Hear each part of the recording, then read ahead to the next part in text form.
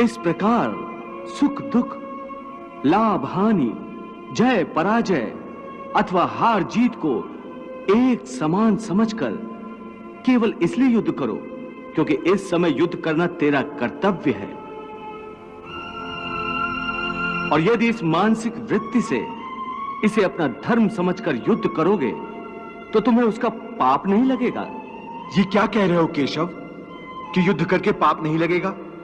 युद्ध में तो इतनी हिंसा होगी, लाखों प्राणियों की हत्या होगी, फिर मनुष्य उसके पाप से कैसे बचेगा?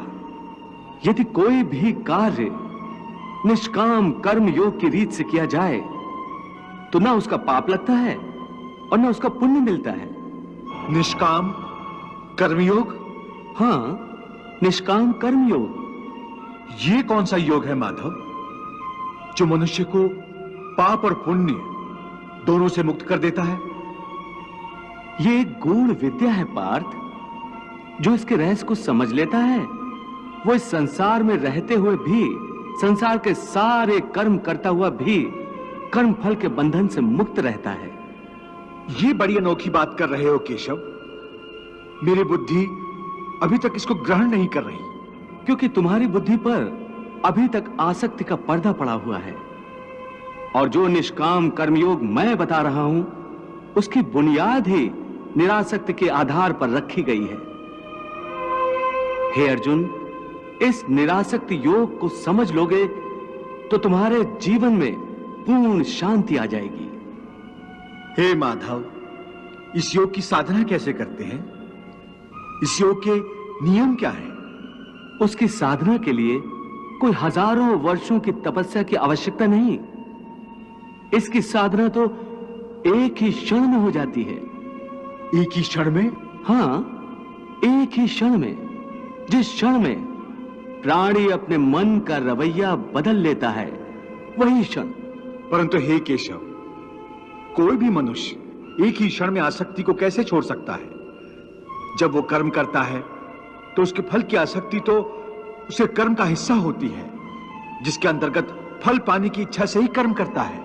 हे अर्जुन, बस यहीं से निष्काम कर्मयोग की साधना शुरू होती है। अर्थात तुमने कहा कि प्राणी फल पाने की इच्छा से ही कर्म करता है, परंतु निष्काम कर्मयोग यह सिखाता है कि फल पाने की इच्छा से नहीं, बल्कि अपना कर्तव्य पूरा करने के लिए, अपने धर्म का पालन करने के लिए कर्म करो। फल पर भरोसा रखकर कर्म मत करो, क्योंकि फल पाना तुम्हारे हाथ में नहीं, तुम्हारे अधिकार में केवल कर्म करना ही है।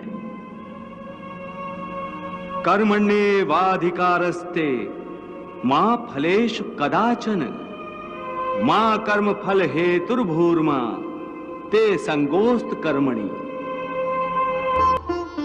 हे पार्थ, तुम कर्म कर सकते हो, कर्म करने का संकल्प कर सकते हो, परंतु इसका फल पाना तुम्हारे हाथों में नहीं है।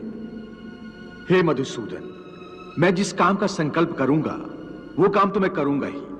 जब भोजन करने का निश्चय करके बैठूंगा तो निवाला उठाकर मुंह में रखूंगा ही, तभी तो उसे खाऊंगा। यदि वो खाने का निवाला तुम्हारे प्रारब्ध में नहीं है तो उसे तुम मुंह तक तो ले जाओगे, परंतु उस ग्रास का एक दाना भी अपने मुंह में नहीं रख सकोगे। हे अर्जुन, केवल कर्म का संकल्प ही प्राणी के अधिकार में है, उसका फल प्राणी के अधिकार में नहीं है। वो कैसे? मैं बताता हूं कैसे। पार्थ, तनिक उस दृश्य की कल्पना कि नगर धनवान के सामने बड़े स्वादिष्ट भोजन की थाली परोसी गई है। थाली सोने की है, गर्मा गर्म व्यंजन भरे हुए हैं, जिन्हें देखकर वो बहुत प्रसन्न हो रहा है।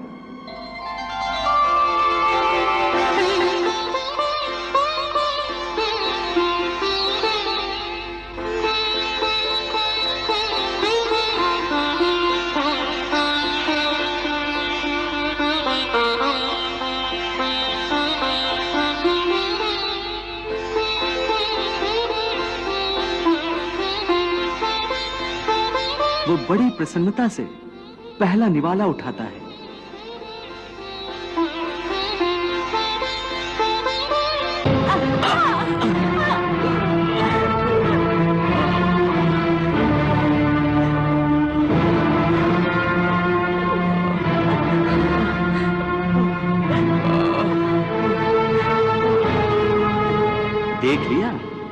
प्रारब्ध में ना हो तो मुंह तक पहुंचकर भी निवाला छिन जाता है। परंतु हे अर्जुन, इस उदाहरण का यह अर्थ भी नहीं है कि तुम सब कुछ प्रारब्ध पर छोड़कर स्वयं अकर्मण्य हो जाओ। याद रखो, मैंने कहा है, मां कर्म फल हेतुर्भु माते संगोस्तु कर्मणि। वाह प्रभु वाह।